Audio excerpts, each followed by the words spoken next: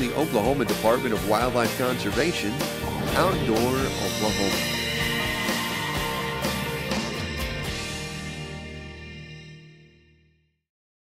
Hi folks, welcome to Outdoor Oklahoma. I'm coming to you today from the Wildlife Department headquarters.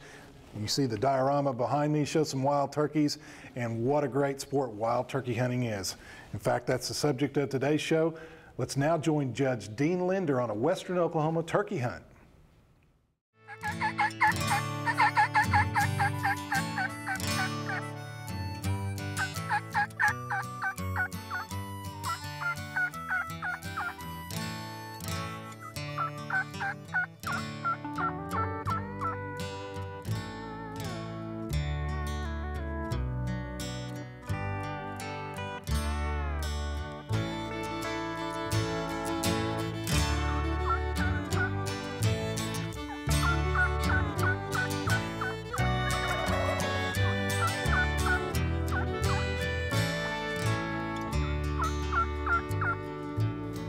This is Dean Linder, and this is my story.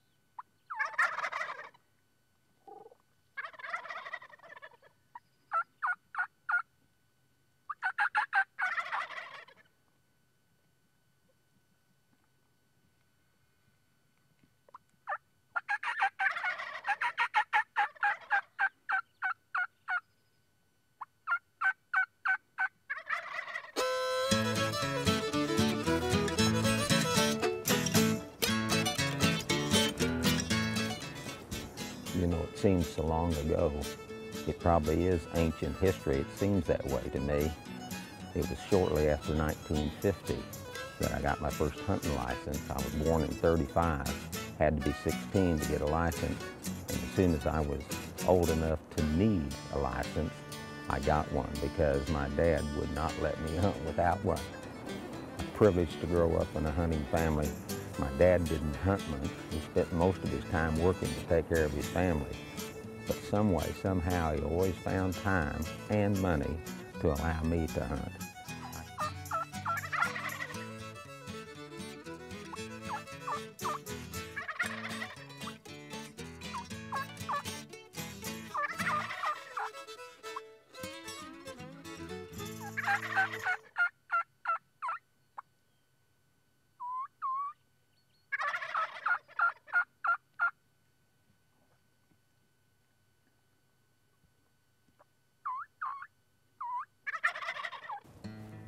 When I was less than 10 years old, that would have been in 1945, the year the first big war ended, he found a way a couple of times to find boxes. They weren't called blocks then, but big boxes or cartons of 22 shells, 500 shells to the carton.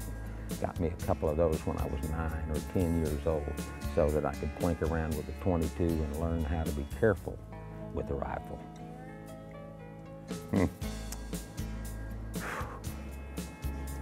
He was a great athlete as he grew up, and it still showed in the way he could handle a shotgun when he was 45 and 50 years old. And I decided I wanted to learn to shoot like him. I owned my first shotgun when I was age 15. I was too young to drive. I had a couple of what we called old maid, a couple of unmarried aunts who would take me to the country. I had a double barrel 16 gauge shotgun. I paid $25 for it. It kicked so hard it would just make you, you'd have to swallow twice every time you shot it.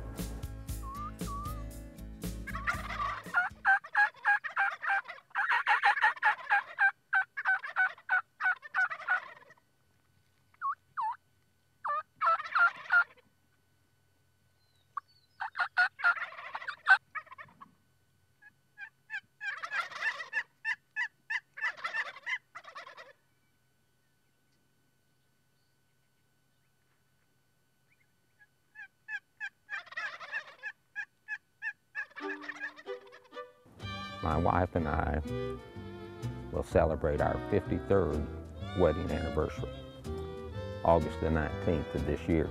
And I think back to something that I heard when I was about 15 or 16 years old. Didn't really know what it meant at the time. I hope that I know what it means now.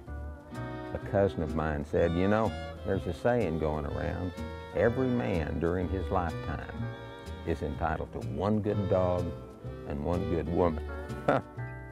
I've got that beat hands down. I've owned a dozen good dogs, and I've been married to the same wonderful woman almost 53 years. I don't have anything to lose at all in that regard.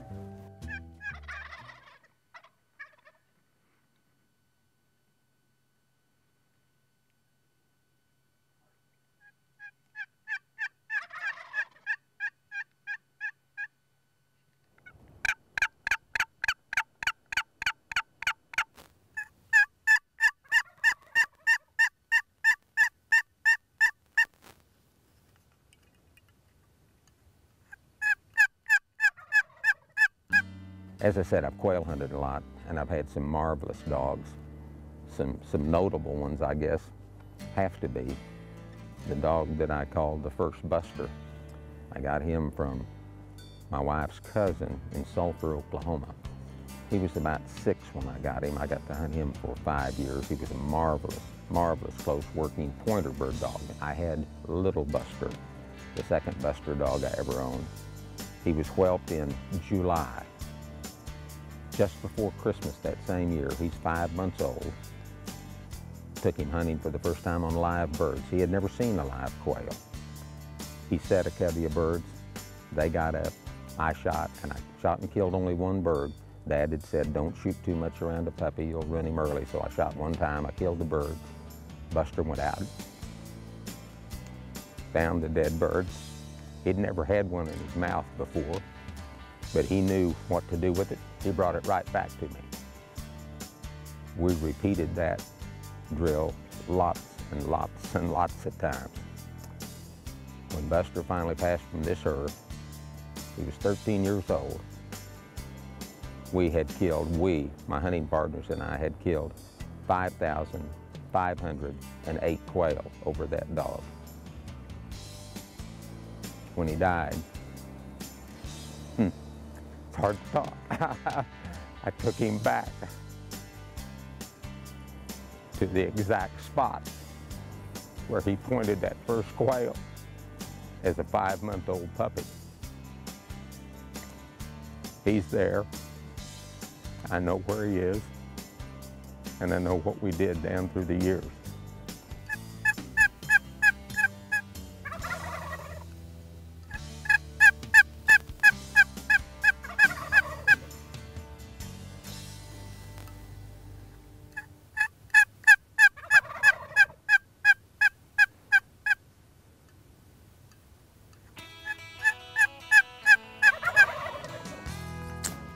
Well, we've been in the woods today. Woods, we've got 4 or 5 trees. That's woods in Woods County. We've seen some turkey. We saw a big gobbler with 4 hens, didn't get a chance to work him. Had some jakes come in right on top of us.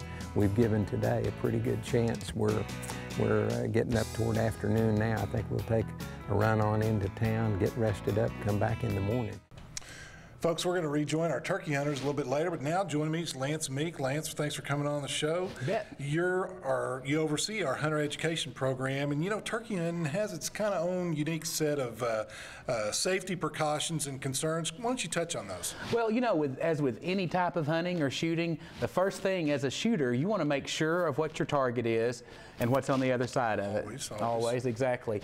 But with turkey hunting, you want to definitely make sure you don't look like a turkey. Don't wear red, white, or blue. Try to wear orange as you move through the field. Great ideas. And I know, Lance, you and I were involved in a project a few years ago making a hunter education film that actually depicted a couple of turkey hunting scenarios. Carlos Gomez did a great job, our Tulsa County game warden. Let's look at those scenarios right now. It's spring turkey season. This hunter has set up in an ideal situation. He's had a bird gobbling across this field from him. He was very smart and safe in setting up against a nice wide tree that gave him a safe backstop from behind. Now, as this bird gobbles and is coming in from in front of him, he hears a hen yelping behind him. Now, he notices that sound behind him, realizing could it be a turkey? Maybe it's another hunter. Oh no, that sounds like another hunter. Come on, bird, get here before he does.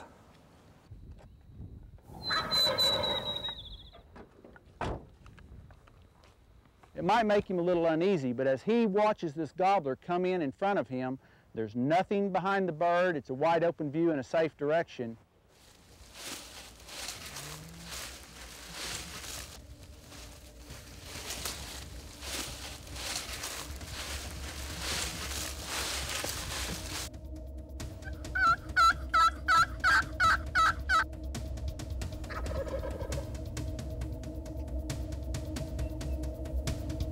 Is that a safe shot? Shoot or don't shoot? In that scenario, if you'd have said shoot, that was a good decision. It's a little uneasy when you hear something behind you think might be another hunter. However, as the bird approached from a safe direction, the hunter could see that he had a good clear shot. He had a good wide tree behind him, making him safe from behind, and that would be a shot that it would be a-okay to take. Now, let's take a look at that same situation with a little bit different twist to it.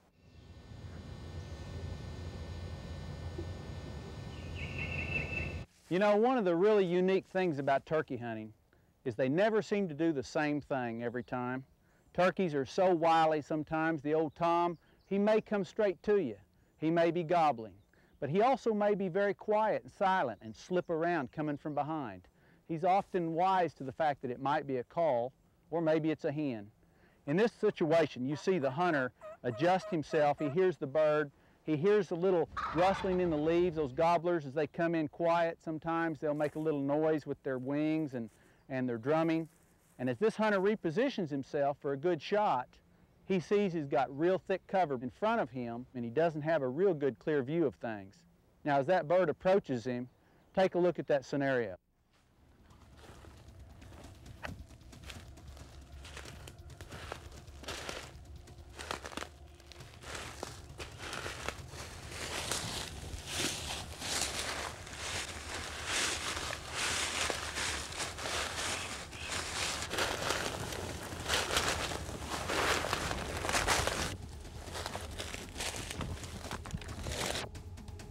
Is this a safe shot? Shoot or don't shoot?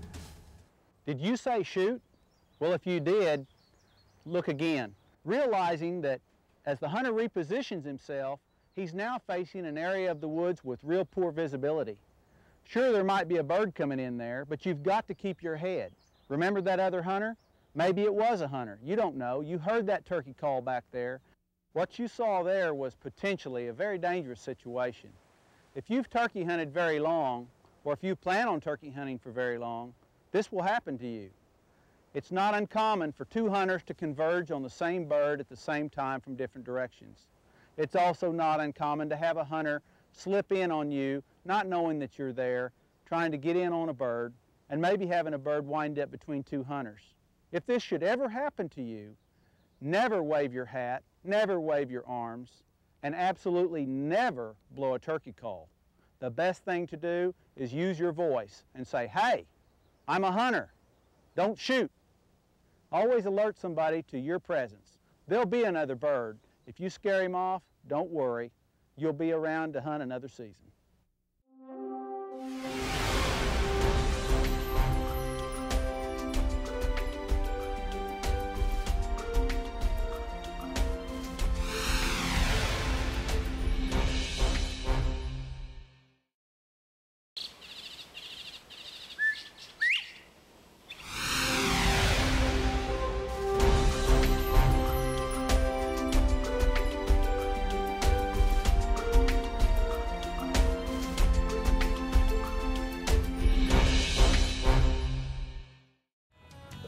We're getting lots of turkey music as we approach. The cattle are helping us, I think. Almost every time one bella's really close, the turkeys are gobbling. They're still on the limb. We're going to have to kind of fast time it to get there before they fly down. It's a gorgeous, gorgeous morning. Still as can be. Right. Pick a tree.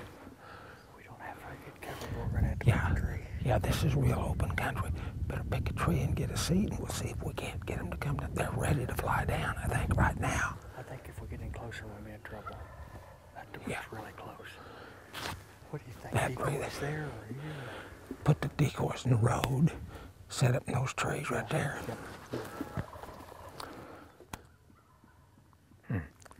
Believe they're on the ground now. They're wanting to go southwest. We'll see if we can call them back.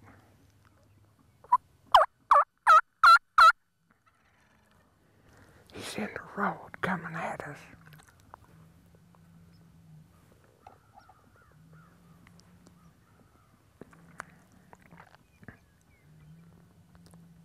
He's about 80 yards right now.